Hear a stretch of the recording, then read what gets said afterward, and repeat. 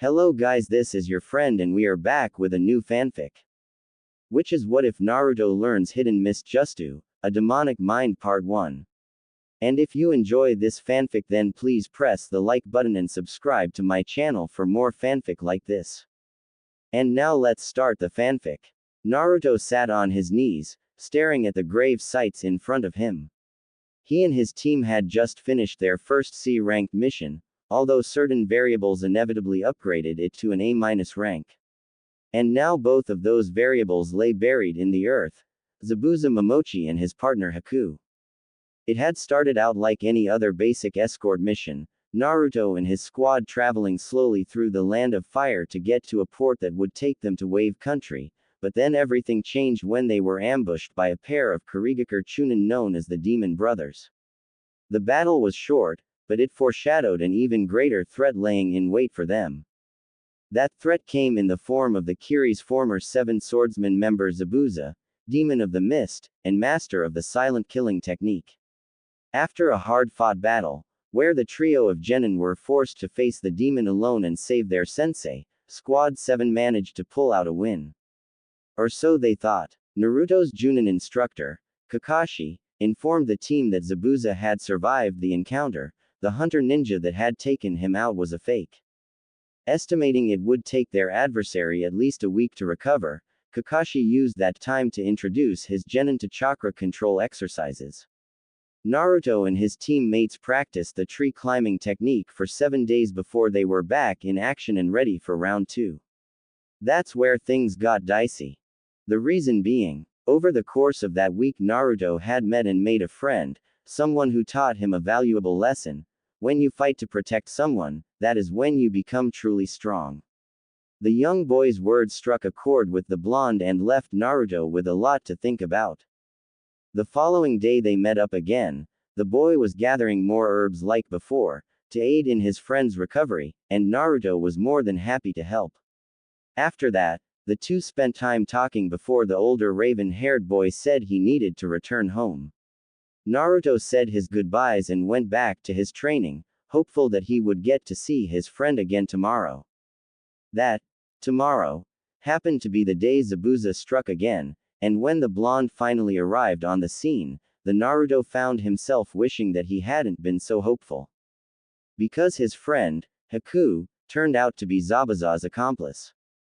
The feeling of betrayal weighed heavily on the young leaf ninja's shoulders as he did battle with his former friend. Naruto attempted to get the former mist ninja to withdraw, make him see that they didn't have to fight, but Haku would always just reply with the same response. I want to protect the person important to me. I want to work for that person. I want to fight for that person. I want to make that person's dreams come true. That is my dream. And so they fought. But even with Sasuke awakening his Sharingan, the two genin were no match for Haku and his crystal ice mirrors.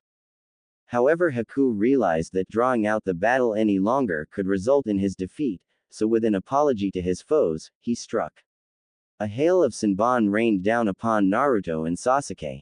It was after not feeling any pain that Naruto opened his eyes, the ones he hadn't realized he'd closed, and was greeted with a horrific sight. Sasuke Uchiha, his teammate and friend, lay at his feet covered in needles. His body leaking blood from every wound. Sasuke had sacrificed himself to save the blonde. Everything went red for Naruto after that. The blonde only remembered feeling an intense rage, almost hatred, but the events that took place after still escape him. Kakashi would later inform him of how, after subduing both Haku and Zabuza, he'd chopped the blonde in the neck. The next thing Naruto did recall was hearing Gato clap, and then the bloodbath brought on by an angry Zabuza, who fought with only a single kunai in his mouth to avenge the recently fallen Haku. Naruto would later learn that it had been Kakashi that had done the boy in with his Reikiri. Soon after, once Zabuza had killed Gato and the people of Wave forced out the thugs threatening their village, Naruto and his team encircled the dying mist ninja and the lifeless body of Haku as it started, surprisingly, to snow. Zabuza spoke of just how much Haku meant to him, the boy's loyalty and his friendship despite the swordsman's own cruel and blunt nature. Of how he wished he could follow Haku into heaven, if only so that he could tell the young ninja in person, just once, how important he really was to Zabuza. But it was not to be, and the powerful swordsman passed from the land of the living burdened with that regret. Yet through it all, Naruto Uzumaki felt more respect for Zabuza than he had ever felt for any other person in his life. I thought I might find you here, a calm voice echoed from behind Naruto.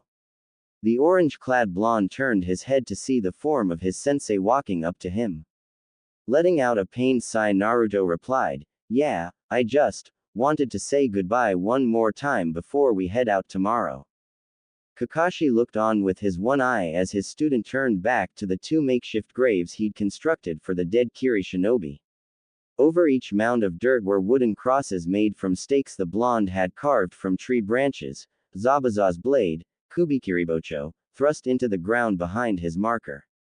The silver-haired Junin noticed how Naruto's gaze would linger on Zabuza's sword, as if trying to will the man back to life to take hold of it again. This surprised the elite ninja, having never seen such a look on the young boy's face. "I know it's hard, Naruto, but he died a death that was more than honorable for someone of his status," Kakashi said as he placed a hand on his student's shoulder. But he was surprised when his gesture was shrugged off. Naruto turned and looked into Kakashi's lone eye with one of his own as he said, "Oh yeah. And now what happens, huh? Is his name just gonna fade into the wind? Because I doubt Mist will put it on their memorial stone. I bet they're just gonna sweep all this up and paint him as some sort of defective weapon that they couldn't control and use him as some example of what not to be." "So you're saying you care about the reputation of an enemy ninja, a man that attempted to end your life in pursuit of his own goals?" Kakashi asked in curiosity. He'd never heard of something like this happening before. Usually a ninja was all too happy to drag an enemy's name through the mud if it meant their own fame would increase. The Junin instructor was pulled from his musings by the blonde genin's voice as he replied. "Of course I care. Zabuza was more than just some enemy ninja.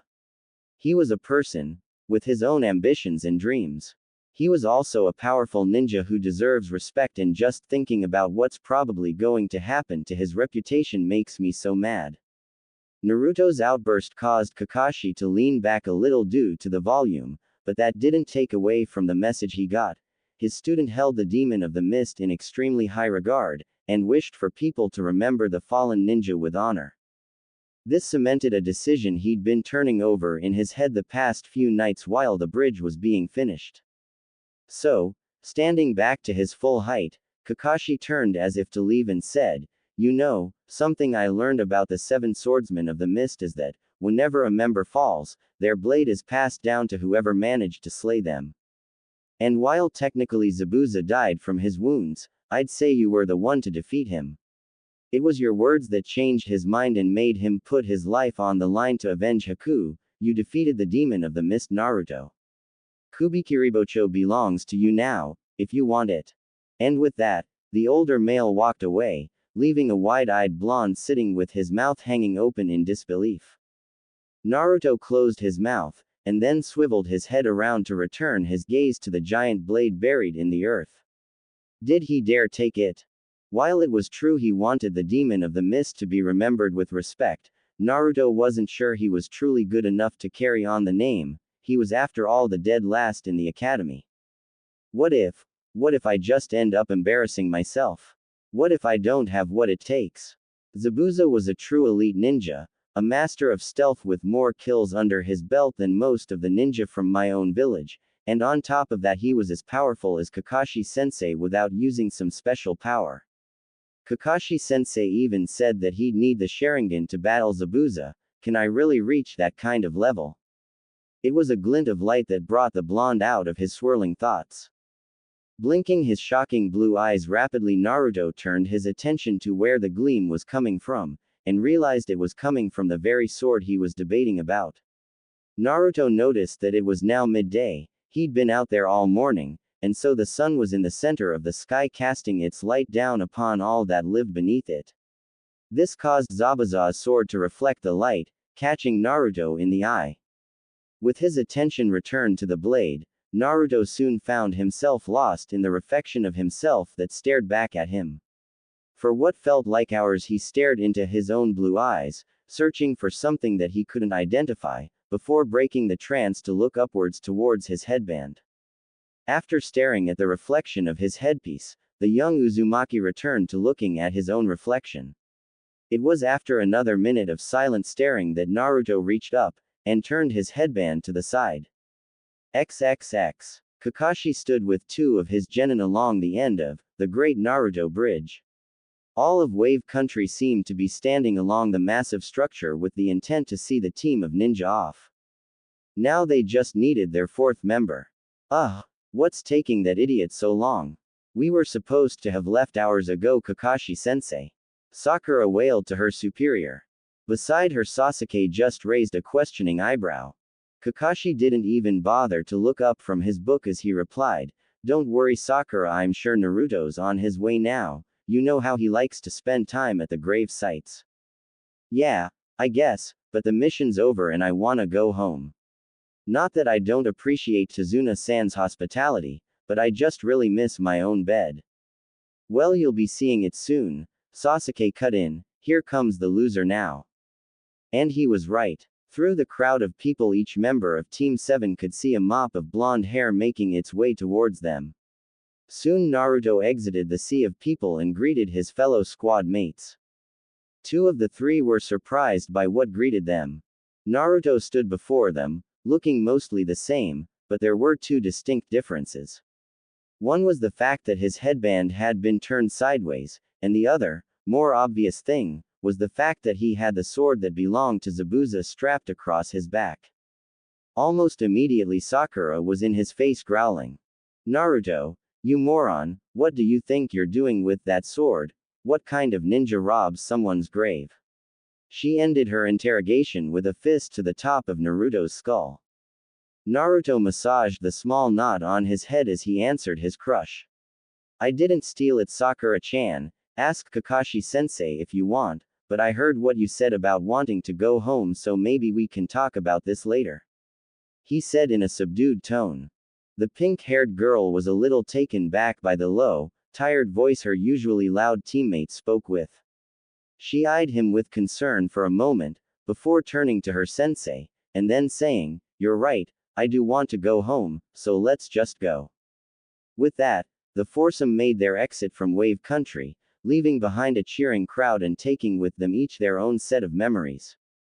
XXX. The trip back to Konoha was uneventful. No ninja hiding in puddles waiting to attack.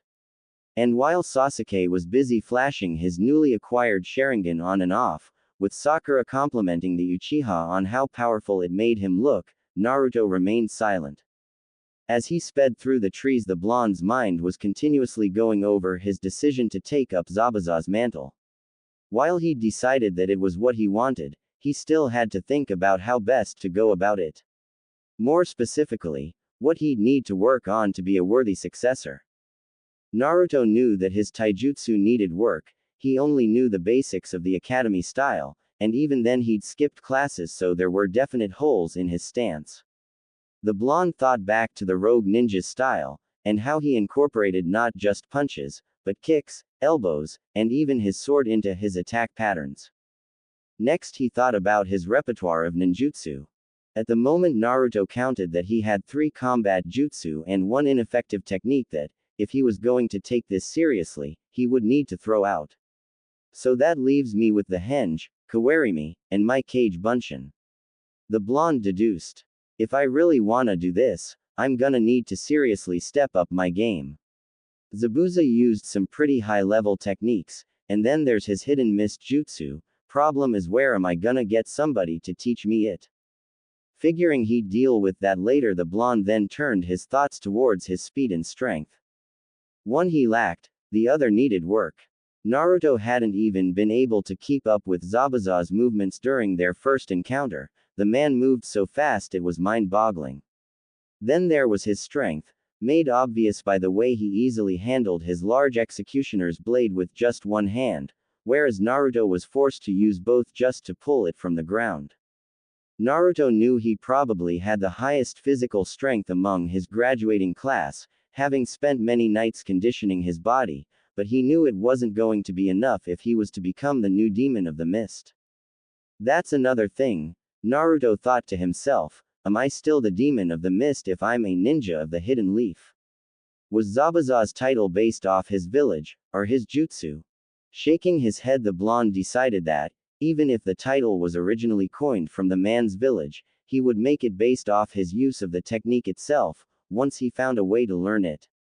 Naruto recalled only actually seeing Zabuza do it once, and unfortunately that wasn't enough. For him. Suddenly Naruto's eyes widened with inspiration as he remembered an impromptu lesson he'd received on the battlefield about the Uchiha clan's special dojutsu. Turning his blue-eyed gaze in the direction of his Junin instructor, Naruto remembered that behind the man's slanted headband was one of those famous copy wheel eyes, and he'd seen Zabuza use the technique he wanted to learn. With plans to speak with his sensei after reporting into Old Man Sarutobi, Naruto settled down and relaxed the rest of the trip home. XXX. So your C rank turned into an A- rank, and yet you continued on, knowingly putting your genin in danger. Hiruzen Sarutobi, the Sandame, asked the Junin in front of him. Kakashi nervously scratched behind his head as he replied. Well, I asked them if they wanted to return home, but each of them was hellbent on aiding the people of Wave. They said something about not being able to turn away from a country in need. It was really quite noble, Lord Hokage. Hiruzen steepled his fingers and eyed each of the 3 genin that stood in his office. When his eyes landed on Naruto, he spoke up again. And is the reason you've brought the famed head cleaver home, so that you could collect the bounty on Zabuza's head? The old man hid his surprise when the blonde shot him a disgusted look, as if such a thing were a form of blasphemy. Naruto opened his mouth to speak, but Kakashi beat him to it. Actually, Lord Hokage, Naruto thought it'd be interesting to learn how to use the sword. He saw the way Zabuza almost defeated me with it, and figured if he could get as good he'd be that much more likely to take that hat from you. The elderly Kage eyed his Junin suspiciously but didn't say any more on the subject. Instead, he let out a sigh and said, very well then, mission accomplished Squad 7, you may pick up your paychecks tomorrow after we've recalculated the amounts to hand out. For now, you are dismissed. After bidding goodbye to their leader, the members of Squad 7 left the Hokage's office and began exiting the building. Once outside, Sasuke ignored Sakura's request to walk her home and began the trek to his clan compound alone. Naruto, seeing the young girl's sad eyes, attempted to cheer her up. Hey Sakura-chan, if you want, I'll walk you home after I'm done talking to Kakashi-sensei. The sadness in Sakura's green eyes quickly turned to annoyance as she turned to look at her other teammate. Naruto Baka, how many times do I have to tell you, I don't wanna go out with you, and I don't wanna spend time with you outside of team stuff. You're annoying. With that, the young Kunoichi huffed and walked off, leaving Naruto to slump a little in defeat. Sighing in resignation, the blonde turned his attention to his sensei, who had stopped and waited after hearing that his student wanted to talk to him. Naruto then asked, Kakashi-sensei, your eye can copy pretty much any jutsu, right? Peering over the top of his book, the silver-haired Junin regarded his student with a curious brow. Just about, yeah, unless it's a technique tailored specifically for that ninja, like Haku's mirrors. Why? Because I was hoping you were able to copy Zabuza's hidden mist jutsu on that you could tell me how to do it. The older man was a little shocked at his student's request. What he'd said back in the Hokage's office was actually pretty close to what he thought was the truth, leaving out the admiration Naruto had for Zabuza for obvious reasons. So the fact that he asked to learn one of another village's signature jutsu threw him off. Eyeing the blonde cautiously, he asked, I did actually. Why, what do you want with it? Your genin student asks you for help and your first instinct is to question him. Naruto asked with an attitude. It is when I don't see any reason to teach him what he wants to know. Naruto turned his eyes away for a few moments, mulling over whether or not to reveal his true intentions before finally looking to Kakashi again. I want to become the next demon of the mist, but, to do that, I need to know the technique that helped make Zabuza so famous. Now Kakashi's eye was wide, his eyebrow disappearing into his slanted headband. His masked mouth hung open in shock before he replied. Naruto, do you understand what you just said? Do you understand what it means to take on that mantle? Because I don't think you do. The blonde in question just lowered his head, blue eyes hidden by shadows as he answered. Actually, I do. That mission opened my eyes, Kakashi-sensei. It helped me realize that being a ninja is more than just flashy moves and a fancy nicknames. I learned that being a ninja is about stealth, and being able to think ahead, to be able to shed the blood of another human being, because when it comes down to it, it's either you or them. I understand that, to truly honor Zabuza, I have to become a real shinobi. Naruto's speech hit the copy ninja hard. He'd never met a genin that spoke with such passion or understanding of what it meant to take up the title of ninja. It was more than just putting on a headband, it was forging yourself into something beyond human. However, Kakashi needed to know one more thing before making his decision. Naruto, do you think you're ready to become the next demon of the mist? No, Naruto answered. I'm not ready, but that's why I'm going to train, for real this time. On the way back to the village I went over the basics of what I need to improve on, and now it's time that I get to work. I'm not ready now, but I will be. That was all Kakashi needed to hear. Okay Naruto, come with me and I'll teach you how to use the hidden mist jutsu. XXX. The morning after his return from Wave found Naruto snoozing in his bed. The day before, he'd gotten Kakashi to teach him how to do the hidden mist jutsu, though the surprise came when the young knucklehead learned that the technique wasn't solely dictated by a body of water, and that a caster could breath the mist out from their mouth. From there it was simply a matter of figuring out how to transform his chakra into the right nature. This led to Naruto wondering about what the Junin meant by nature, and ultimately to Kakashi handing his student a very plain-looking scrap of paper. It's meant to react whenever someone feeds a bit of their chakra into it, then, depending on what sort of element you align with, the scrap will change. Go ahead and try it first, and then I'll explain what your result means. The last Uzumaki quickly discovered that he was actually a wind type, which disappointed him at first, but those feelings were mollified by Kakashi explaining that such a thing didn't mean he couldn't use other techniques, just that it would take more effort to do so. Case in point being the fact Naruto had already managed to perform Zabuza's famous technique. And while the blonde was put out that he'd probably never learn the fireball jutsu that Sasuke loved to show off, he was glad to know that his massive reserves would help turn the hidden mist jutsu into an impenetrable shroud that not even the Uchiha's legendary eyes could see through. It was a small comfort, but it was the first step on the long road to his goal. Afterwards, Naruto had gone to Ichiraku's to regale the father-daughter duo of his time in Wave. It was on the walk home that he noticed the looks he was getting. Now Naruto had grown used to being looked at, mostly in disgust or anger, but this time the citizens looked at him with confusion, and a little bit of fear. Or rather, they looked at his sword with fear. Naruto knew the civilians didn't understand the true nature of the blade, so he guessed they were just afraid that he had it. This made Naruto scoff.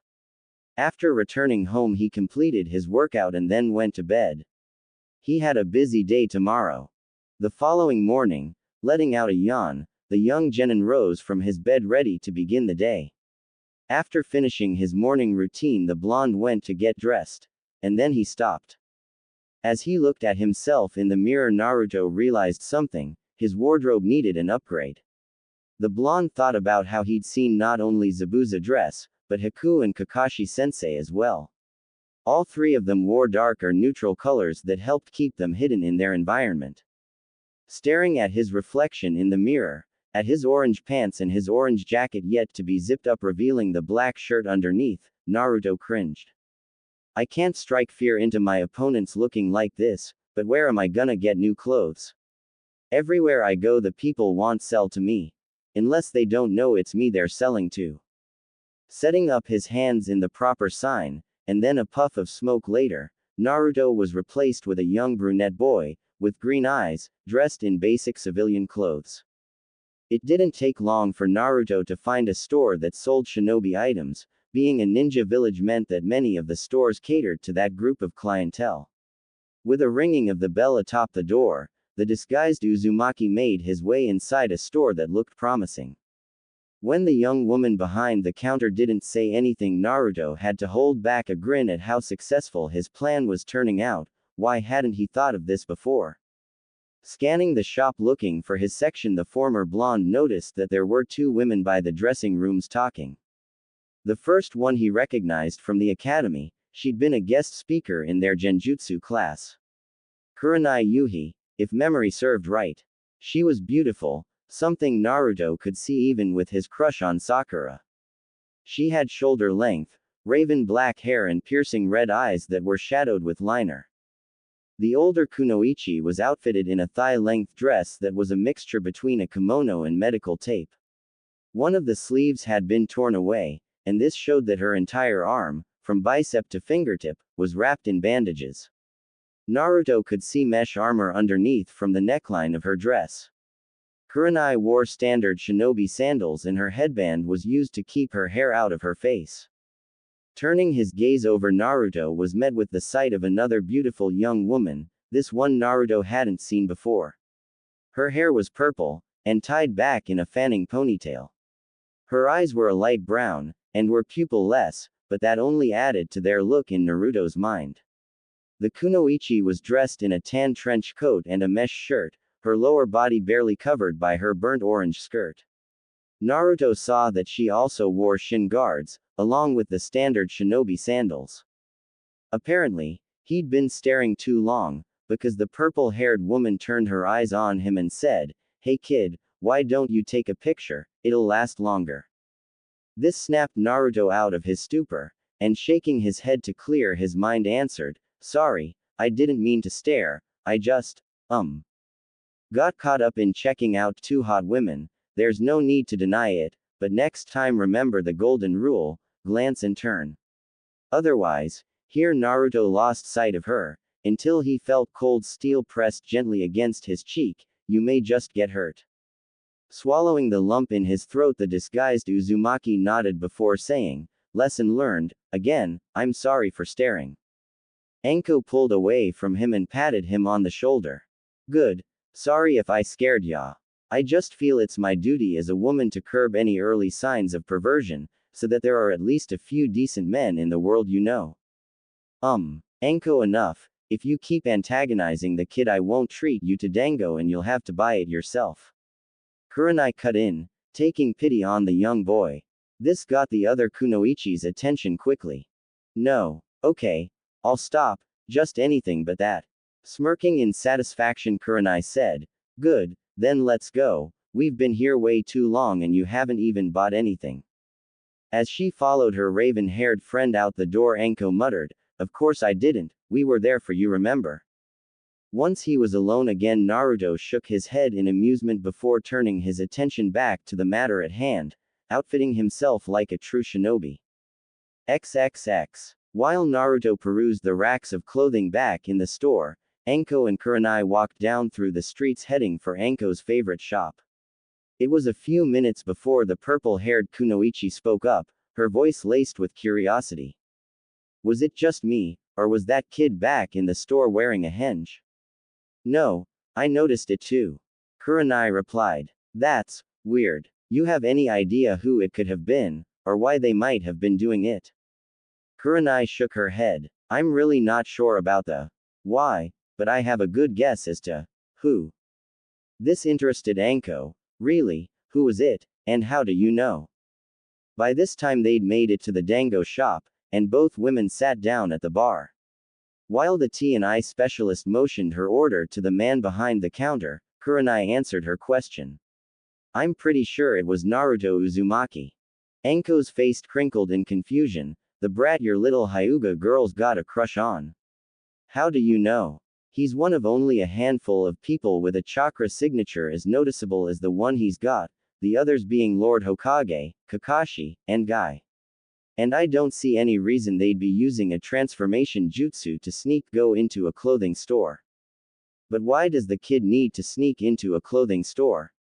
Anko asked around a mouthful of the dumplings that had just been handed to her.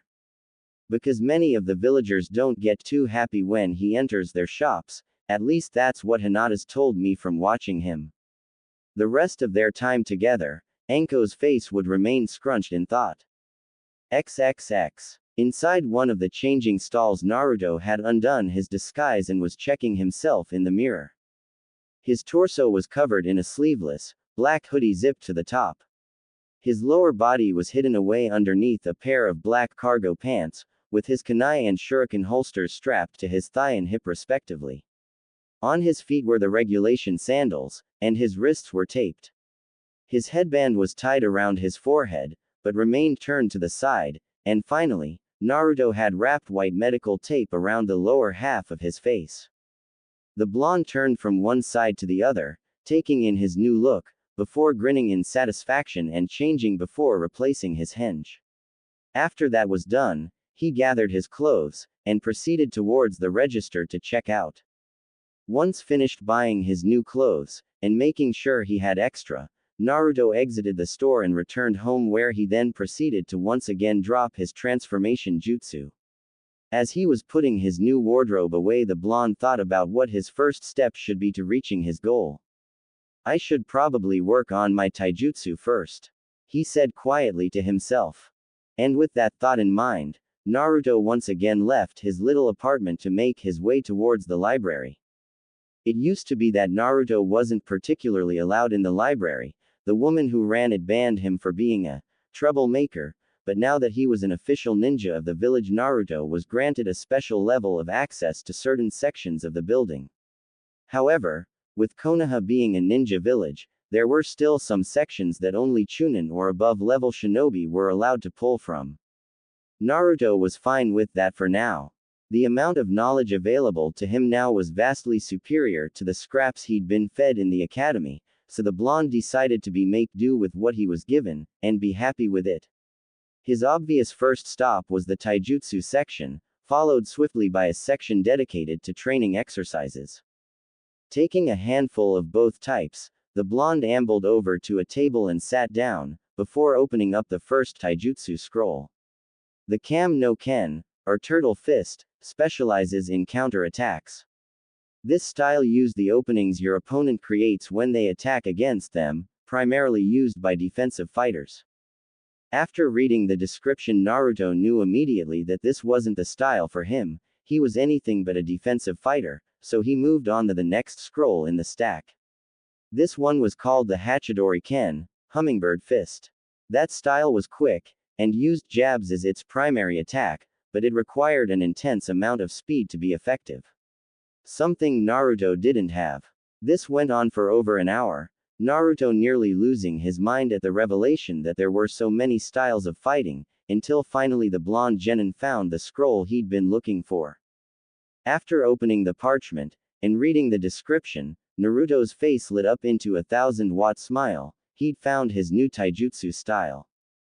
The Ono Ken, King's Fist. This style not only incorporated using more than just standard punches and kicks, it was also based on strength. Naruto read further and found it got a huge boost if the user was fast, although speed wasn't the primary element.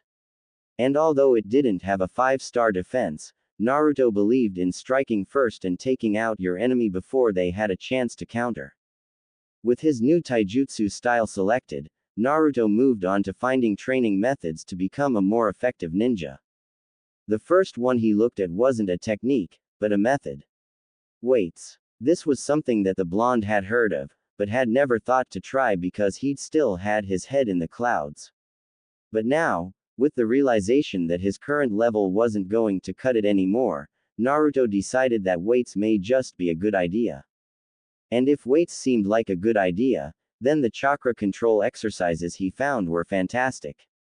Naruto remembered how many more clones he was able to produce after learning the tree walking technique, so he bet the water walk and waterfall run would be huge helps too.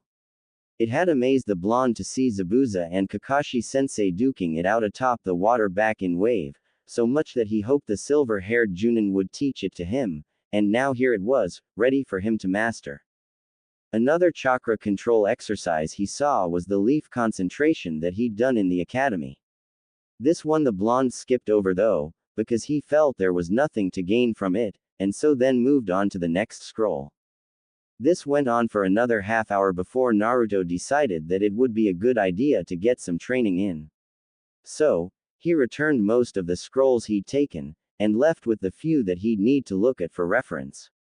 I'll pick up scrolls on Kenjutsu tomorrow, Naruto reminded himself as he walked out the door.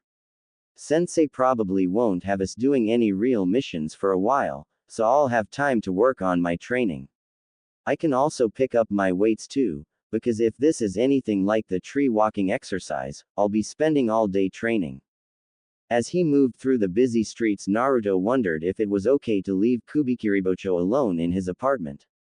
Because while no one really bothered him, there had been a select few that took it upon themselves to trash his home when he was younger. But then Naruto shook that thought from his mind. He was a ninja now, and no civilian was stupid enough to mess with a member of the village military, no matter how they felt about him. It took him about another half hour to walk to the training ground Kakashi had taken them to for their bell test. Naruto had chosen this particular place to train because it had a large body of water for him to practice water walking on, as well as trees to hone his tree walking technique when he had time. Once arriving, the blonde was quick to get to work. Stripping away his new shirt, the blonde sat down on the grass and reread the water walking scroll. It explained that, to perform the technique, the user needed to emit a constant stream of chakra from the bottom of their feet and then use the repellent force to walk across the water's surface. Naruto also noticed that the scroll mentions that walking on water is more difficult than trees because the amount of chakra needing to be emitted changes constantly. After reading through the instructions, Naruto walked over towards the large lake. Closing his eyes and setting his hands into the ram symbol, the blonde proceeded to take a single step out and place his foot on the surface of the water. When he went to put pressure on it, he sank. Feeling his foot get enveloped in cold water, Naruto pulled his leg back and grimaced. Well damn, I guess this needs more chakra than the tree walking. Alright then, let's go for round 2. XXX. An exhausted Naruto lay flat on his back under the late afternoon sky. He'd been practicing his new chakra control exercise for hours, and the sky was beginning to take on a fiery orange hue. An hour before, Naruto finally managed to keep himself above water for a grand total of 3 minutes. After his success, the blonde took to using the next hour for physical workouts, so as to better condition his body. I'm beat, the Nine-Tails Jinchuriki thought to himself. It must be this water walking thing really is tough, because even walking up trees didn't wear me out this bad. Deciding it was a good time to head home, Naruto pushed himself up onto his hands, grabbed his discarded hoodie, and stood up. Swaying a little from the constant fluctuation of his chakra, the blonde put his top back on, and then turned his head when he heard a noise. Naruto sighed when he noticed a badly done disguise being held up against one of the trees. Konohamaru, I know it's you. Your stealth sucks, remember? The tarp fell and revealed a young boy dressed in a yellow t-shirt, gray shorts, a blue scarf, and a pair of green goggles. I'd expect nothing less from my greatest rival. Way to see through my cover, Naruto-Nisan. Not that I'm not happy to see you, but was there something you wanted, Konohamaru? Because I was just about to go eat and head home. Konohamaru's onyx black eyes widened before he asked, well, can I come with you, please? I wanted to spar, but we can do this instead, and you can tell me about that mission you went on. Naruto could see the hope in the younger boy's eyes. He really just wanted to spend time with the blonde, it didn't matter how. Deciding that it wouldn't be a problem, Naruto told him, sure Konohamaru, let's go. The youth jumped and cheered before following after his idol. It was as they were navigating through the now sparsely crowded streets that the young Sarutobi inquired about Naruto's new attire. Hey boss, I like the new look, but what made you decide to give up your old jumpsuits? Well, it ties in with the mission I'm gonna tell you about, but let's just say that I realized how much more seriously I'll be taken if I'm not wearing such bright colors. But boss, that jumpsuit helped you stand out, it let everyone know that you were Naruto Uzumaki. Naruto chuckled lightly at his younger friend's point of view. Was that how he was before his mission to wave? Deciding to answer the boy's question, Naruto said, exactly Konohamaru, it made me stand out. Being a ninja, I need to be able to blend in, be stealthy, and I can't do that if I'm wearing bright orange, like how you won't be very effective wearing yellow. At that moment the blonde noticed they'd arrived at the ramen bar, so he and his shadow took their seats and ordered. Once that was done, Naruto turned to Konohamaru and began to retell his adventures in Wave Country. Throughout the story, the young academy student flashed through multiple different emotions.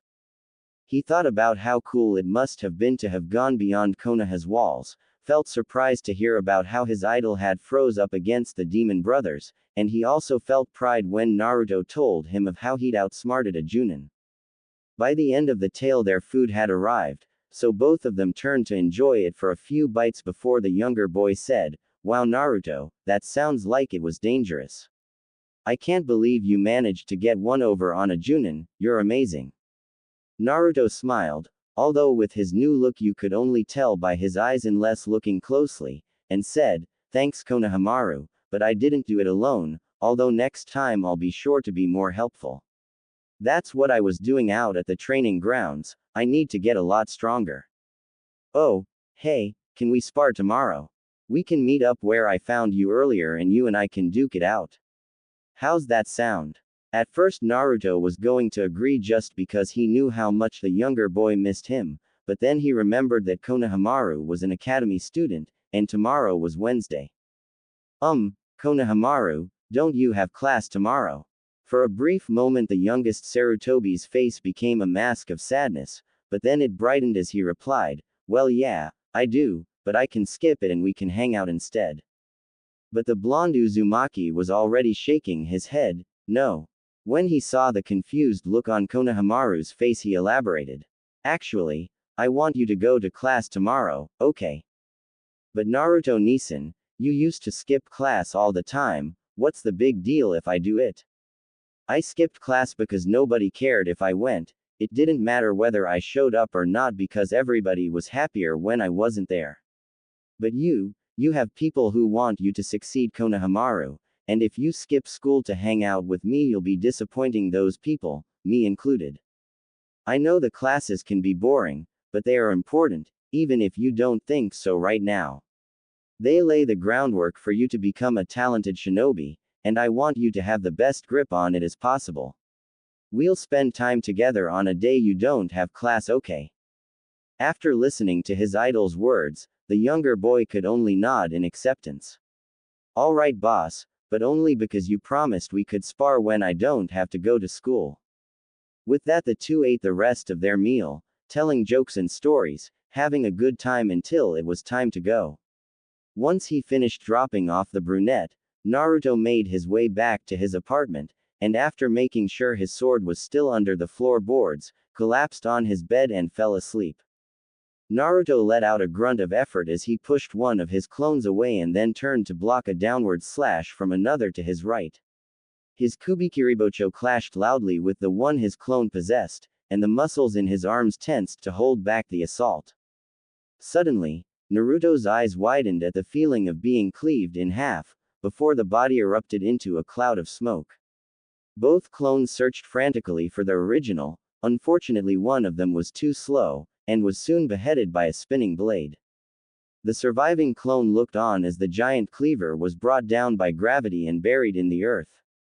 "Oh come on, I swear I had it that time," cried the original Naruto, who was hanging from the tree that he'd aimed the sword from. Looking over to its creator, the clone said, "At least it got closer, a month ago you couldn't even throw it, now you only missed the tree by like 10 feet. Naruto called back his chakra and let himself land on the ground. Pulling his weapon from its earthy sheath he replied, "I suppose you're right, and I've managed to pull off a couple one-handed swings before needing to go back to 2, so that's something right." After his clone nodded Naruto dismissed the doppelganger with a cloud of smoke. With a sigh, The blonde replaced his blade in the strap across his shirtless back and stretched. It had been a little over 3 months since his return to the village and, if he did say so himself, he was making great strides in his training. His physical ability had taken a satisfying jump, seeing as he'd taken to performing workouts multiple days a week, rather than just every once in a while with heavy weights. It was a routine that included a multitude of body weight exercises along with using free weights, his cardio easily coming in from the brawls he go into with his clones. The blonde remembered waking up one morning and being surprised at the reflection that greeted him in the mirror. With the increased strength came increased speed as well, thanks to the ankle weights he wore. Naruto dared to think he was now among the fastest genin in his graduating class, behind only Sasuke and Kiba now if he were to have any competition. But that gap would soon close as well. Along with his physical increases came chakra strength too. Naruto could now create twice as many clones as before, and each could now create a small army of their own too. The blonde had also taken to learning how to master the Kawarimi, deciding that it was a move many ninja forgot about because of the fancier techniques, and yet it was just as effective and dangerous. But Naruto didn't stop at just fine-tuning an old trick. No, the young Uzumaki decided that adding a few new jutsu to his list couldn't hurt either. He chose to start with one he'd seen once, the water dragon jutsu. Naruto went to Kakashi for this one, recalling the man copying the technique during his battle with Zabuza. He was a little disappointed with what he learned however. Kakashi, while not against training him in the technique seeing as he'd learned the Kage Bunshin, made it a point to tell Naruto that unlike the mist technique, he would forever need a water source in order to create the dragon. While that little piece of news made Naruto upset for a while, he soon looked past it. He had practiced with the hidden mist jutsu constantly, and now was able to perform the technique with ease, covering the whole of Training Ground 7's clearing in a matter of minutes. This gave Naruto hope that he could eventually do the same with the water dragon. Then, during one of his trips to the library, he found a saving grace. After team training with Kakashi-sensei, Naruto was trying to figure out how he would carry around a water source big enough for his dragon to be effective. The dragon was a mass of water simply laced with chakra to hold it together. Meaning that he would need a lot of water to make a battle-effective attack. He found it in a water jutsu scroll, its name, the exploding water shockwave. Naruto learned that this technique was exactly what he needed. The user shot copious amounts of water straight from their mouth in a vicious torrent, and even if the initial attack missed, you now had a small lake of water to perform other water jutsu with. And to top it off, the amount of water was relative to the amount of chakra the user had to spare. It was perfect. That had been something Kakashi had informed him of after asking to learn the water dragon.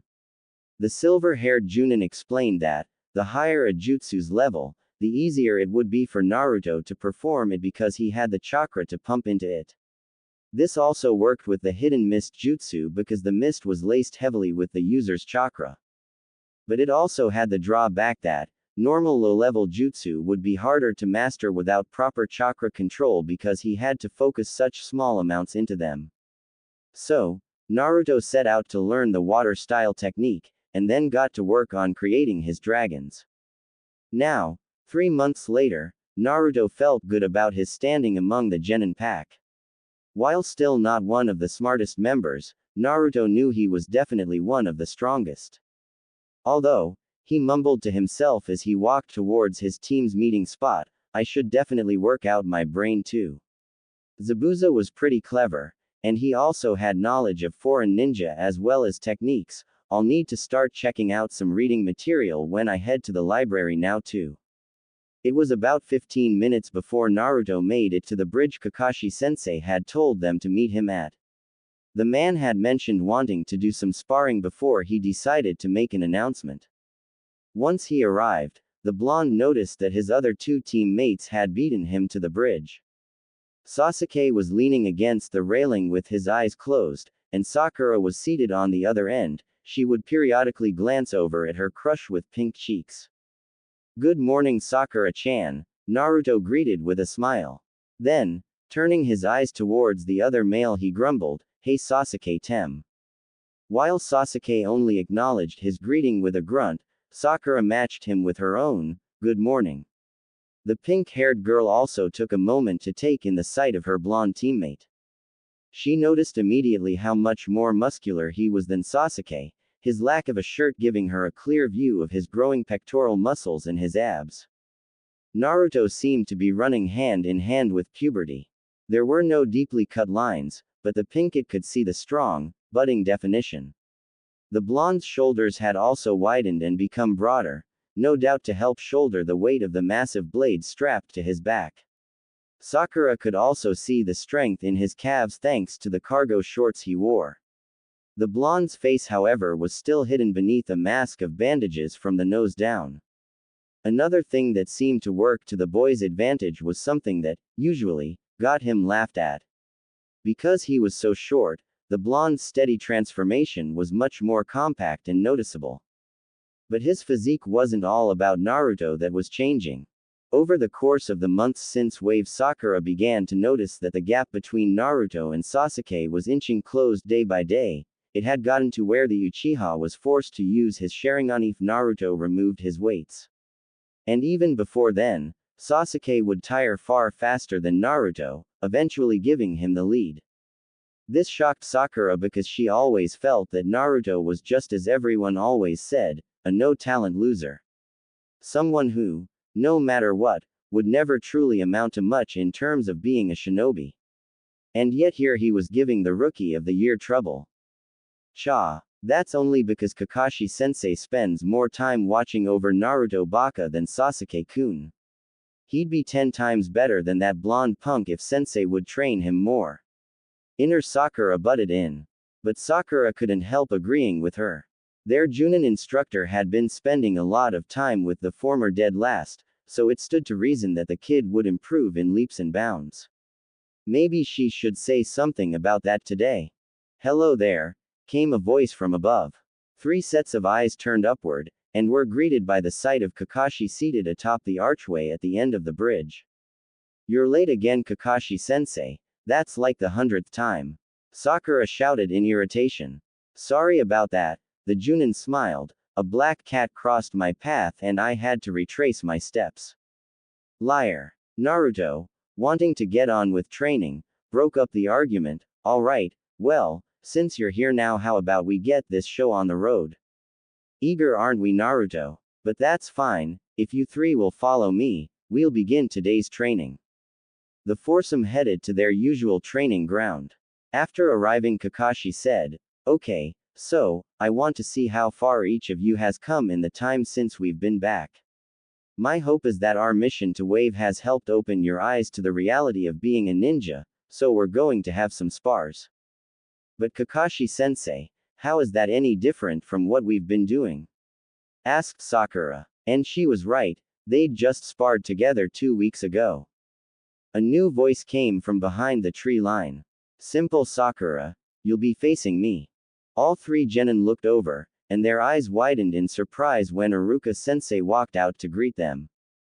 Naruto's face broke out into a cheerful expression at seeing one of his favorite people. "Hey Iruka-sensei, what are you doing here?" As he turned his gaze to address the cheerful blonde, the scarred Chunin was surprised at the image before him. Kakashi did mention that Naruto was different, but this is more than even I expected. Pushing those thoughts aside, and deciding to just be happy at seeing his favorite student again, Iruka smiled in return. "Kakashi asked me to come by and help him out in measuring your progress. I was more than happy to lend a hand. I can't wait to see how much you've grown, Naruto." "Alright, you 3, who wants to go first?" Kakashi asked. Sakura turned to her instructor, her mouth hanging open and an incredulous look on her face. "But sensei, Iruka-sensei is a Chunin, how do you expect us to win against him?" "I don't, Sakura. He still has years of experience over you 3, but if you've used this past month correctly, then you'll at least stand a chance." "Oh, and thank you for volunteering to go first, Sakura." The young kunoichi just let her mouth drop to the floor, before pulling herself together, and walking out onto the training field across from Iruka. As she made her way over, the emerald-eyed girl thought over how she spent her time after the wave mission. When not watching Naruto and Sasuke train under Kakashi-sensei or doing a mission with the team, Sakura usually read up on various ninjutsu, or genjutsu, and learning how to defeat each one. She had also read how to escape certain traps as well as how to set them up. Unfortunately, the pink-haired kunoichi didn't take any time to practice her taijutsu or actually learn any of the ninjutsu she studied. I just hope I can last, Sakura thought as she entered into the basic academy stance. Across from her, Iruka had to keep from shaking his head in disappointment. The academy style was meant solely for those who had not found a style of their own yet.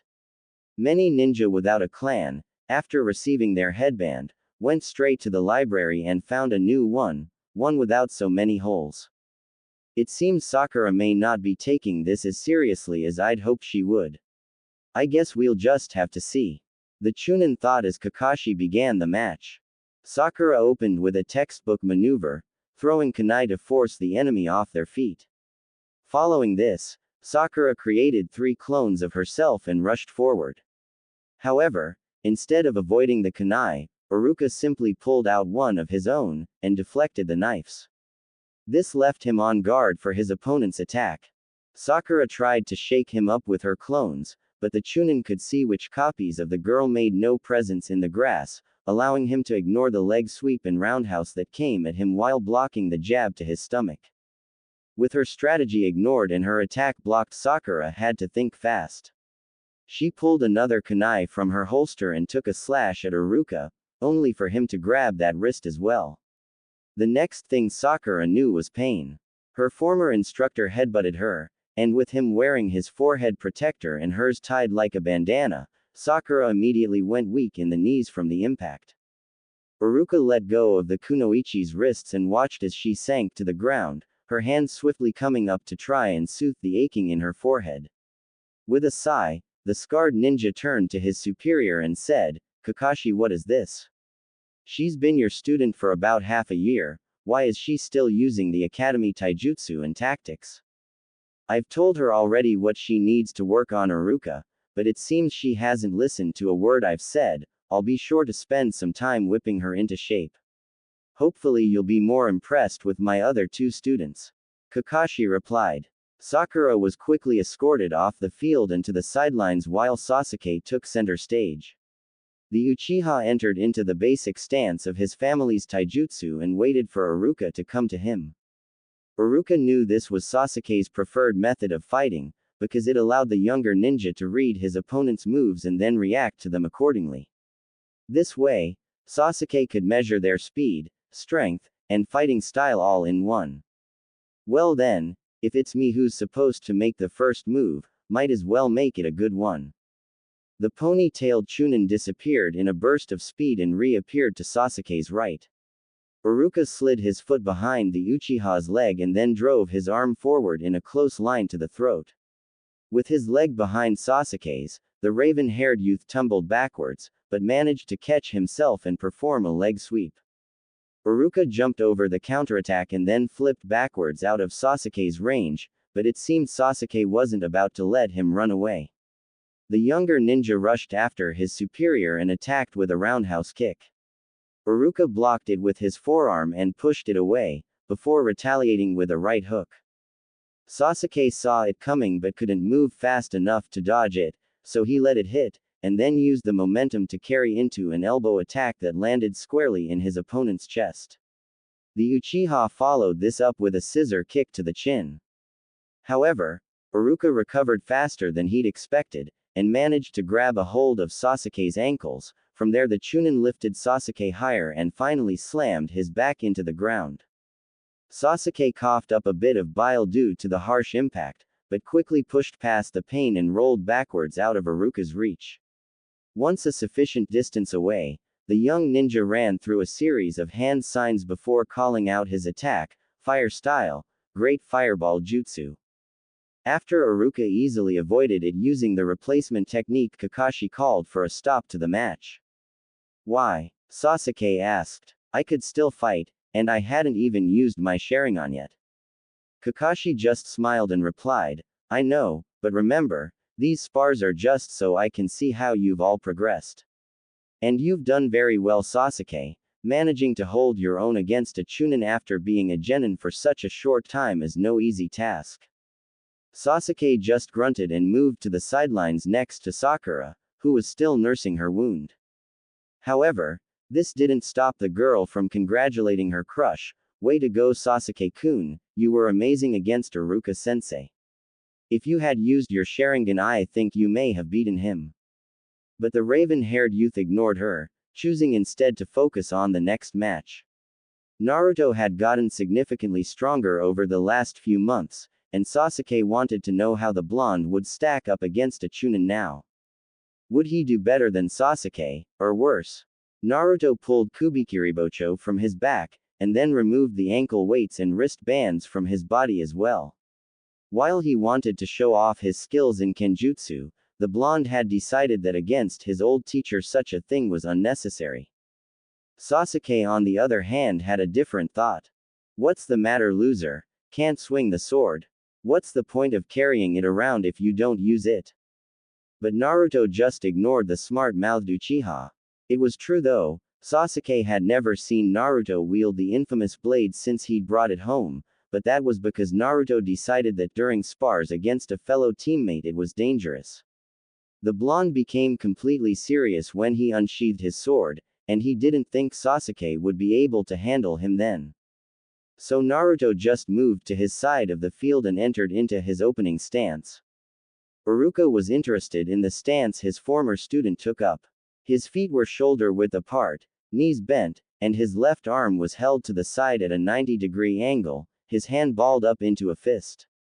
The blonde's right arm was held up and bent inwards, the forearm blocking his face, while the hand was formed like a claw.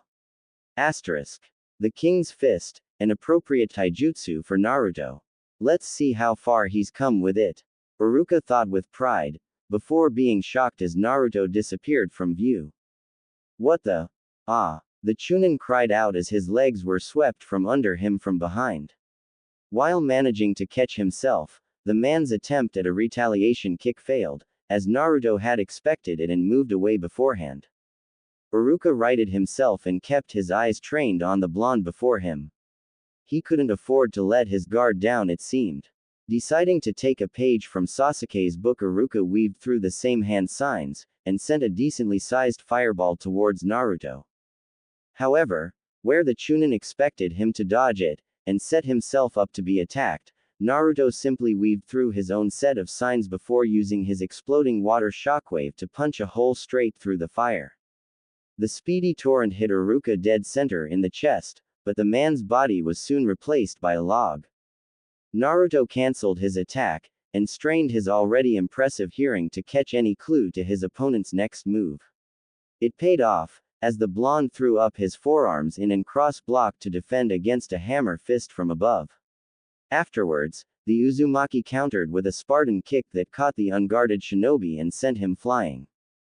But Iruka wasn't a Chunin for nothing. The man quickly righted himself and was prepared for his former student's next move, which came in the form of a trio of cage bunshin. The three Narutos came at him in a triangle formation.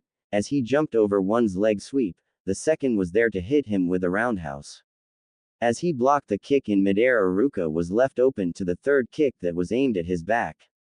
The last clone sent him flying forward before they all dispelled. This made Iruka an easy target for Naruto's next attack, the Water Dragon Jutsu. With the field flooded with water from his previous attack, the blonde had plenty to work with. Next thing Iruka knew, he was being hit head-on by a B-ranked ninjutsu. Alright, I think that's enough, Naruto, good job. Kakashi called out, putting an end to the spars. Naruto quickly strode over to help Iruka up off the ground. You've definitely come a long way from being the knucklehead class clown, Naruto. The academy instructor praised.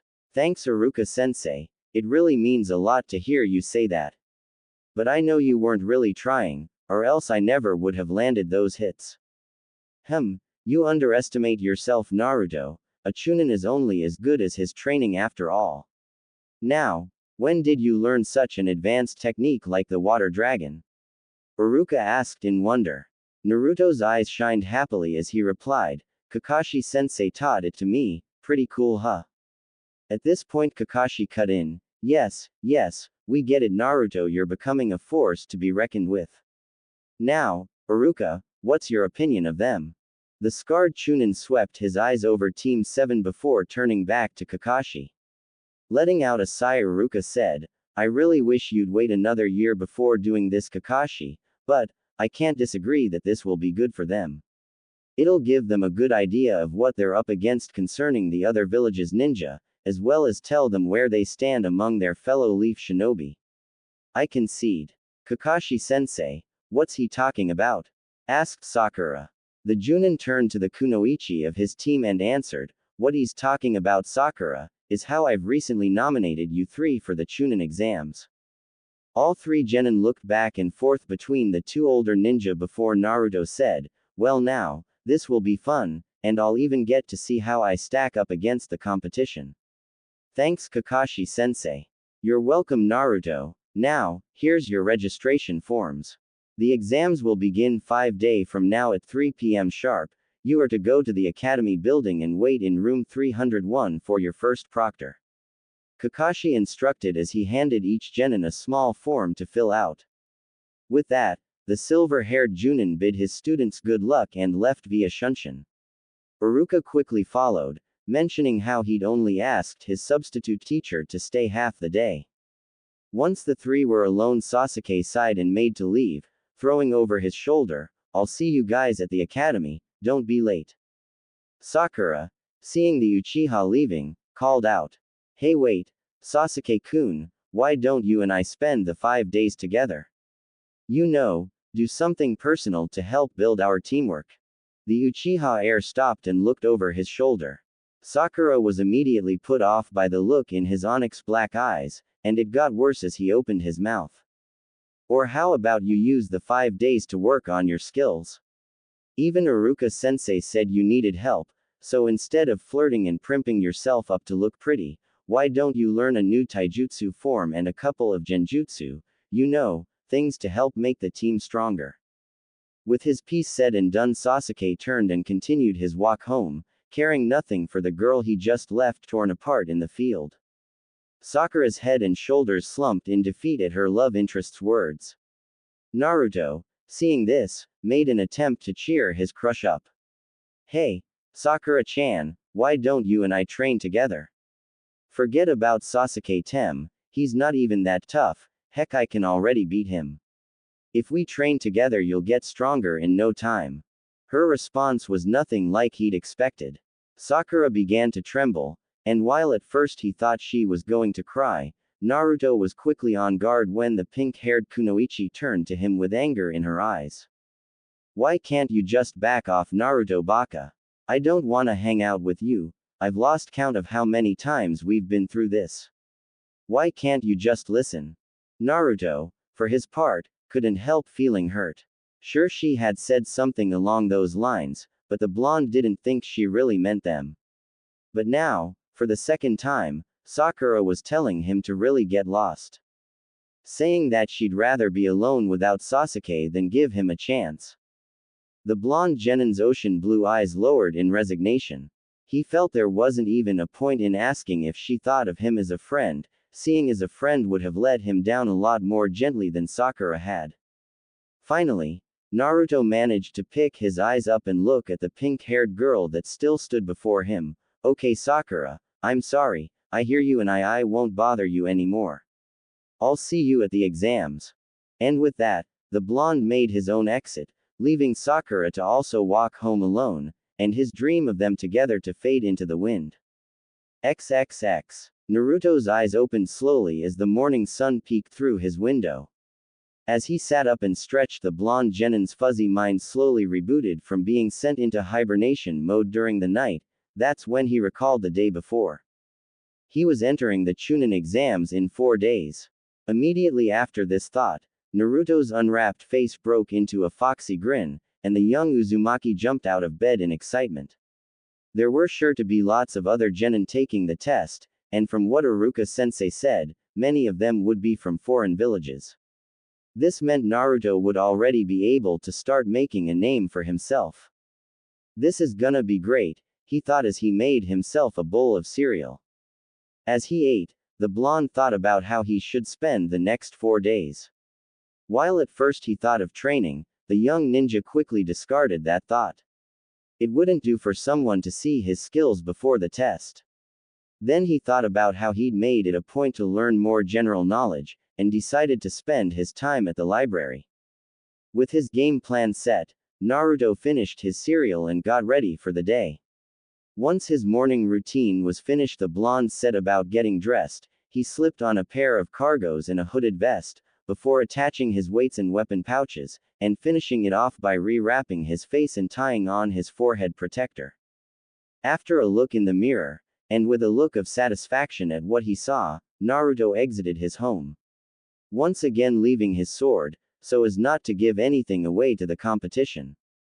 As he walked through the streets, Naruto immediately took notice of some of the foreigners that had already entered the village. But it wasn't hard, they had different symbols on their headbands than him after all.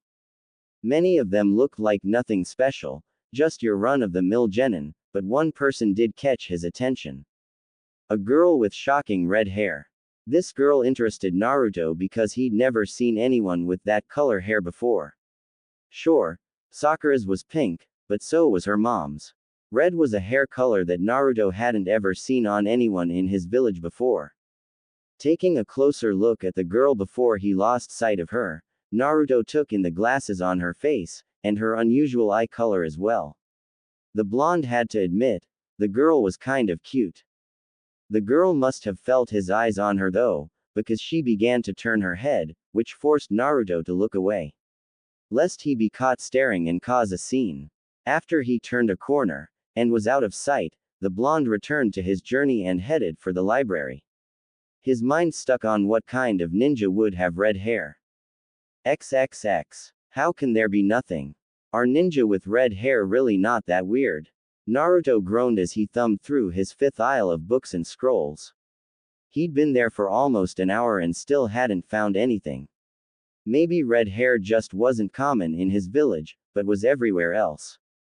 As he was about to slip his latest pick back into its spot on the shelf, a flash of purple caught his eye and he turned to look. He was met with the sight of Anko entering the aisle he was in. In her own hands was a blue book, and she too had a look of annoyance on her face. Couldn't find what you were looking for either? He asked in an attempt to make conversation. With her eyes downcast in disappointment, Anko didn't see who had been speaking, and when she turned them up to make sure the person was talking to her, she greeted with a sight she hadn't expected. I recognize the voice, but not the face, so is this what the Kyuubi Jinchuriki really looks like? She thought to herself. As she took him in, Anko realized that the young teen in front of her wasn't at all what she'd been expecting. She'd heard the tales of his pranks from other members of the T&I department, and while she found many of them funny, the special Junin knew a cry for attention when she saw one. But this genin didn't look like the type to care about such things. Anko took in how the clothes looked on the now blonde-haired ninja. The vest didn't hang loosely from his frame, instead it stretched a little under his athletic torso. His arms showed clear signs of growing muscle, and his shoulders were strong. Looking up at his face, the kunoichi had to force herself not to laugh. Was he taking after Kakashi now? After her quick observation, Anko decided to reply, "No, unfortunately I didn't. And from the sound of it, neither did you." Shaking his head, Naruto answered, "Nope. So what were you trying to find? If there was anywhere else besides Konoha that sold Goma Dango, but there isn't." Anko replied, her shoulders slumping in discouragement. Naruto stared at her for a moment, as if expecting her to suddenly tell him she was kidding, but when she didn't, he asked, "Are you serious?" The annoyed look he got was more than enough proof. Anko held up the book she'd been reading, showing it to be an international food journal, and said, "Of course I am. When I'm out on a mission, there's always a chance I'll end up slumming it in another village, so it'd be nice to know I can still have my favorite food away from home. But I'm finding out nobody except Konoha makes it." She growled at the end, folding her arms in frustration. Naruto didn't know what to make of the sight. Here was a woman, a kunoichi no less, that looked to be a few years older than him, pouting like a child over sweets. He couldn't hold back a small laugh. They stood close enough though that Anko could hear it. Narrowing her eyes, she challenged, "Oh yeah, well, what was so important that you couldn't find?" This got Naruto to immediately stop laughing. The blonde knew that his quest was just as silly, and to reveal it would be embarrassing after laughing at Anko's misfortune. However, the choice was taken from him, when Anko simply plucked the yellow book from his hand and read the cover. It was deathly quiet, and Naruto waited for the inevitable jibe, but it didn't come. Instead, a teasing grin etched its way onto Anko's face as she asked, "Sue, interested in kunoichi with odd hair colors, huh? I guess I left a better impression on you than I thought back at the clothing store, huh?" Whatever Naruto had been expecting, this wasn't it. As the special Junin held up the book, showing off the title of Legendary Kunoichi with Strange Hair Colors, Naruto's face lit up like a cherry. "What? No, it's nothing like that, okay. I saw this girl from another village, and she had red hair, so I wondered if that meant anything special. That's all, really," the flustered young teen explained. At this, Anko's playful smile broke down into a pout. "What? Am I not good enough for you, Gaki?" She couldn't really see it, but Anko was sure the blonde's mouth was wide open. Unable to keep up her charade, the special Junin broke out into laughter as she slipped the two books back onto the shelf, not caring if they were in the right spot. The older woman's laughter broke Naruto out of his stupor, and then he pouted as he grumbled quietly to himself. After getting a hold of herself, Anko patted the younger ninja on the shoulder and said, "Aw, don't get all upset on me now, kid, I wasn't serious. Besides, there's a height requirement for anyone who wants to make a move on me." Hearing the barb at his lower than average height, Naruto's expression swiftly molded into one of fierce annoyance. "Yeah, well, you're too tall." "Wait," the blonde stopped, suddenly remembering something, "how did you know it was me at the store?" Anko met his curious stare with a smirk as she answered, "My best friend is the village's leading expert in genjutsu. She spotted your henge from across the store. I suspected something, and when I asked her about, Kurenai told me it was you. Apparently you have an easily recognizable chakra signature." That last part interested the blonde genin. Chakra signature, he thought. What was that? But before he could ask her, Anko looked at the watch on her wrist and said, "And speaking of Nai-chan, I'm supposed to meet her after her team's meeting. I'd better go now, she's such a pain when I'm late, see ya later, shrimp." With that, the purple-haired woman left in a swirl of smoke, leaving Naruto alone. While slightly discouraged he couldn't ask about chakra signatures, the young Uzumaki quickly remembered he was in a library, and headed off to the shinobi section to find a scroll on the subject. XXX. As Naruto studied up on his newest interest, Anko appeared along the branch of a tree that overlooked one of the Leaf's many training grounds. This one in particular was being used by the members of Team 8. Standing off to the side was her friend, Kurenai Yuhi. The older woman's attention was concentrated on the two students that were currently sparring. One was a young male. He wore a gray, hooded jacket with fur lining all its openings. He was a tanned young teen, with feral features, and triangular tattoos on his cheeks. This young genin was Kiba Inuzuka. Kiba's opponent was a young girl. She too wore a hoodie, though hers was a cream color and significantly baggier than her male teammates. The young kunoichi had a head of dark, blue-tinted hair and fair skin. But her most recognizable feature were her eyes. This young girl had a pair of pupil-less, lavender eyes. She was Hinata Hyuga. At the moment, Kiba and Hinata were each attempting to overcome the other's defenses, though Anko could see that it was only Kiba who was really trying. So, while Hinata was doing a good job of holding her own, she was slowly being defeated. Anko shook her head, not able to understand why such a promising kunoichi was so hesitant. However, as she turned her attention back to Kurenai, to see her reactions, Anko wound up locking gazes with her fellow Junin. Smiling, the purple-haired woman dismounted her perch, and walked over to Kurenai. Throwing up her hand in greeting, she said, "Hey, how's the training going?" The red-eyed Junin nodded in greeting, before turning her attention back to her students and asking, "Why don't you tell me? You were just watching them. Yeah, you noticed that, huh? Anyway, what's the deal with your Kunoichi? She's barely even trying against her teammate. Is she sick or something?" Kurenai shook her head, letting out a sigh as she replied, "No, that's Hinata. She's not very confident in her ability to be a ninja, and unfortunately it's to the point where she second-guesses every move she makes, resulting in what you see here." As she explained it, Hinata was being brought down by her enthusiastic opponent, and soon found herself lying flat on her back, having had her legs knocked from under her. With that, Kurenai called out, "Okay, you two, that's enough for today, you guys can head home. Be sure to come to the meeting on time tomorrow, I have something important I want to discuss with you." As they were leaving, Kiba eyed his Junin instructor and asked, "What about Shino? He couldn't make it to practice today, how's he gonna know?" When Shino informed me he wouldn't be here today, I explained that we'd be meeting tomorrow as well, and I expressed the same desire for promptness as I did with you. What I have to say tomorrow is important. The explanation being good enough for him, Kiba exited the clearing, after waving goodbye to his female teammate. Hinata, muttering a quiet goodbye of her own, also left the training ground. Once the genin were out of earshot, Anko looked over to her friend and asked, "So you're really gonna enter them into the Chunin exams?" As the two women made their own exit, Kurenai replied, "Yes. They may just be rookies, but I have faith in their ability to succeed. Each of them shows great promise as a shinobi and I truly believe they have a chance of doing well in the exams." "And how do you think they'll do against the other rookie teams?" Anko asked, her mind conjuring the image of the blonde she'd just left. "There aren't too many I'm worried about. Aside from Sasuke Uchiha and Shikamaru Nara, I don't think my team has any real competition. The other 6 just aren't up to par yet. I really can't believe Asuma and Kakashi think their teams are ready for the exams."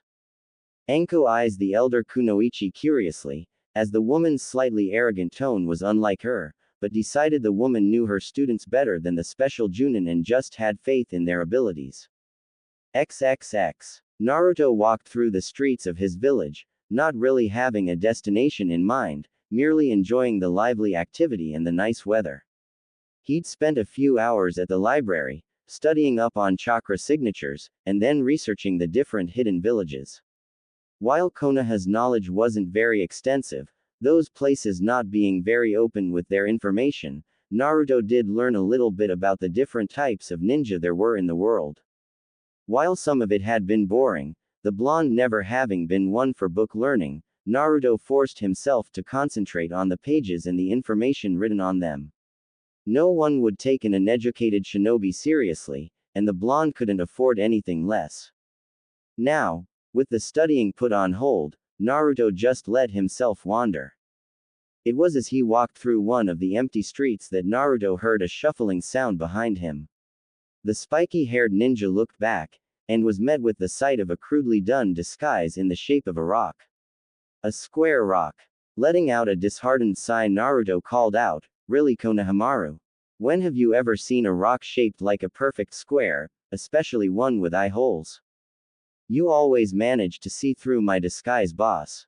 A voice called out under said garb, before the box erupted into a large cloud of colored smoke, revealing 3 young academy students. The first was Konohamaru. He'd gotten rid of his long scarf, and wore a dark green shirt with brown shorts. A vast improvement from his yellow and white attire. To the boy's right was a young girl. She had her orange hair done up into 2 very large pigtails. She wore a red t-shirt and brown shorts. Standing at Konohamaru's left was another young boy, this one also a brunette. He wore glasses, a baggy, long-sleeved blue shirt and khaki shorts. He also had a runny nose. All 3 wore the goggles he once wore before becoming a genin. Naruto watched as the 3 youngsters introduced themselves as the Konohamaru Ninja Squad. "So these are your friends from the Academy, Khan?" Naruto asked as he eyed the two other children. Yep. I was talking to Iruka-sensei about the spar we had the other day and they overheard. Moegi and Udon asked if I could introduce you to them after hearing how strong you are. Both of the aforementioned academy students nodded excitedly in agreement before the girl, Moegi, asked, "Is it true you're training Konohamaru outside of school, Naruto-san?" "When I get the chance, yes. I want to make sure Konohamaru gets as much help as possible so that when he becomes a genin I won't have to worry about him out in the field." Naruto replied. "So does that mean you'll teach us?" Udon asked hopefully. But before Naruto could answer, an undignified snort interrupted his train of thought. "This is what you do in your free time, hang around with little kids." The small group turned their attention to the voice that had spoken, and were greeted with the sight of Sakura walking towards them. As the Pinkett approached, Naruto had to chomp down his usual greeting, and instead asked, "And what if it is? What's wrong with helping others get stronger, Sakura? I offered the same to you, but you just threw it back in my face," he thought sadly. "What's wrong is you should be preparing for the Chunin exams, not playing games, Naruto Baka. I don't want you holding us back during the test." Naruto's brow furrowed in confusion, but Sakura Iruka-sensei said you were the one who needed help. He was more than impressed with my performance, remember? While Naruto hadn't meant for it to be taken as an insult, merely a pointing out of fact, Sakura took it as a barb at her skills. And coming from Naruto, the class clown, that was unacceptable. "What do you know, dead last? If you weren't always pestering Kakashi-sensei, then maybe he'd have more time to train me and Sasuke-kun." But before Naruto could respond, Konohamaru's voice rang out in a whine, "Man, Naruto-Nisan, is this what you have to put up with all the time? I think I'm gonna blow an eardrum if she keeps this up. What is she, some kind of harpy?" Naruto never got to ask where the young Sarutobi even heard that word before, because Sakura's anger skyrocketed at the insult. "What did you just call me? Cha, I'm gonna pound that little runt." Inner Sakura raged along with her. As she made a move to grab Konohamaru, the young boy managed to slip away, and then he turned and ran, with Sakura hot on his heels. Naruto just sighed and, looking to the remaining two kids, said, "Well, we should probably go after them. Come on, and if she hasn't killed him, I'll spend some time helping you guys train." It wasn't long before they found the two, but when they did, Naruto's eyes immediately narrowed in anger. After turning the fence corner, Naruto and the two children found Konohamaru being held up by the throat, while Sakura stood off to the side trying to stammer out an apology. Naruto took in the guy holding his friend hostage, but wasn't very impressed with what he saw. The guy, obviously a ninja, was tall. He was dressed in a black, baggy suit that covered his entire body and his face was lined with purple paint. On the guy's back was a wrapped bundle of cloth that had, what looked to be, a tuft of brown hair sticking out from the top. "Put him down, Kankuro. I don't feel like getting into trouble just because of your stupidity," a female voice said. This drew Naruto's attention to a girl that stood behind the now named Kankuro. She, like Anko, wore a full-body mesh suit under her clothes, which consisted of a lavender battle dress, tied at the waist by a crimson sash. Naruto noticed that she too was a blonde, though hers was sandy, and pulled back into 4 spiked pigtails. On her back she carried a giant battle fan. Konohamaru's cry of pain drew his attention back, and reignited his anger as he shouted, "You should listen to your teammates' advice, because if you don't let him go, there's gonna be trouble." The genin known as Kankuro turned his beady eyes in Naruto's direction, and with a sneer, said, "Oh great, more brats. This village must be full of M. Look, this little pipsqueak ran into me, and he hasn't apologized for it, so I'm a little mad. I wouldn't suggest making it worse. I'm giving you one last warning, let him go." Naruto replied, his eyes hardening like ice. And Kankuro did just that, only to reach behind him and pull his package from its place, and slam it on the ground. "You know what I think. You all need a lesson in manners," he growled. The blonde kunoichi looked like she was about to say something, but before she could voice her words, Naruto vanished. Well, you know what I think. Next time, you'd better think twice before challenging an opponent that's faster than you. A voice whispered from behind Kankuro, causing the puppet user's eyes to widen in shock. He whipped around, trying to catch his fellow genin with his elbow, but the attack missed and he was sent tumbling back after a palm strike to the chest. From his place on the ground, Kankuro seethed. Who the hell did this punk think he was? You surprised me there. I didn't think you'd be that fast, but next time I won't be caught off guard. Ouch. As he spoke, Kankuro made to get back on his feet, but a pebble to the side of the head stopped him, and drew everyone's attention to a tree beyond the fence. Sitting up on one of the branches was Sasuke, juggling another pebble in his hand. You guys are a long way from home, and way out of your league. The last Uchiha warned before crushing the pebble in his hand. Looking between the two-leaf shinobi, the sandy blonde smirked to herself. Well, if nothing else, at least the Leaf Village guys are better looking than the ones back home. But the smirk soon turned to a look of fear as she sensed him. Kankuro, get up and stop embarrassing yourself, you're a disgrace to our village. A raspy voice echoed through the area. While Sakura and the children couldn't seem to find the person, Naruto followed the two foreign shinobi's line of sight to the tree that Sasuke was seated on, and couldn't hold back his surprised look at what he saw. A red head stood, upside down, along the branch above Sasuke, who from the looks of it didn't sense the boy's presence until just that moment. The red head was dressed in a brown and black attire, with a mesh shirt underneath, and a large gourd strapped to his back. Gee Gaara, hey, it's not what it looks like. They started it, Kankuro tried to explain, but the boy, now named Gaara, cut him off. Shut up, or I'll kill you. The boy's response shocked the Leaf Ninja. He'd kill his own teammate just for talking. Who the heck was this guy? But Naruto never took his eyes off him, and followed the other boy's moves as he vanished from the tree and moved to the ground via sand shunshin. In the light, Naruto was able to make out the kanji for love tattooed on Gaara's forehead. I'm sorry for my teammate's idiotic behavior, Gaara said, breaking Naruto from his observation. I warned them about acting foolish while visiting your village, but it seems they didn't take me seriously. I'll correct that behavior soon, and there won't be any more problems, I assure you. Wary of the trio, but not wishing any harm to come to the two troublemakers, Naruto said, no, it's alright. We should have paid more attention to where we were going, it's us who should be apologizing. It seems Gaara could read his mind, because his next words were an introduction. My name is Sabaku no Gaara, and you? Naruto Uzumaki. I take it you're here for the Chunin exams then? Yes, and I look forward to facing you in them, Naruto Uzumaki. With that, Gaara turned and began walking away, giving a non-verbal signal to his teammates to do the same. What nobody noticed was the trio staring down at them from atop a roof nearby. XXX. The next 4 days passed much the same for Naruto as the first, only significantly less drama. He woke up, went about his morning routine, then headed to the library to do some studying.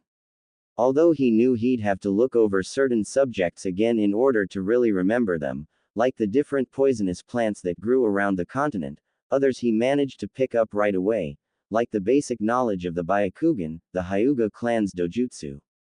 However, with his inability to train, Naruto became anxious as the days passed. The blonde practically bounced in his seat while eating as he thought about the Chunin exams. Then, finally, the day came.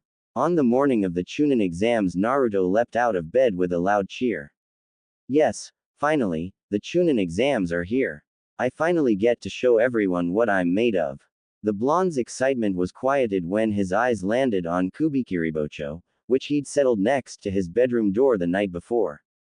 Seeing the large executioner's blade reminded Naruto about his plan, and sobered him up as the excitement was replaced with the feeling of responsibility. The exams were more than just a chance to advance, they were his first step towards honoring Zabuza. He was the heir to Kiri's demon now, and it was time everybody knew.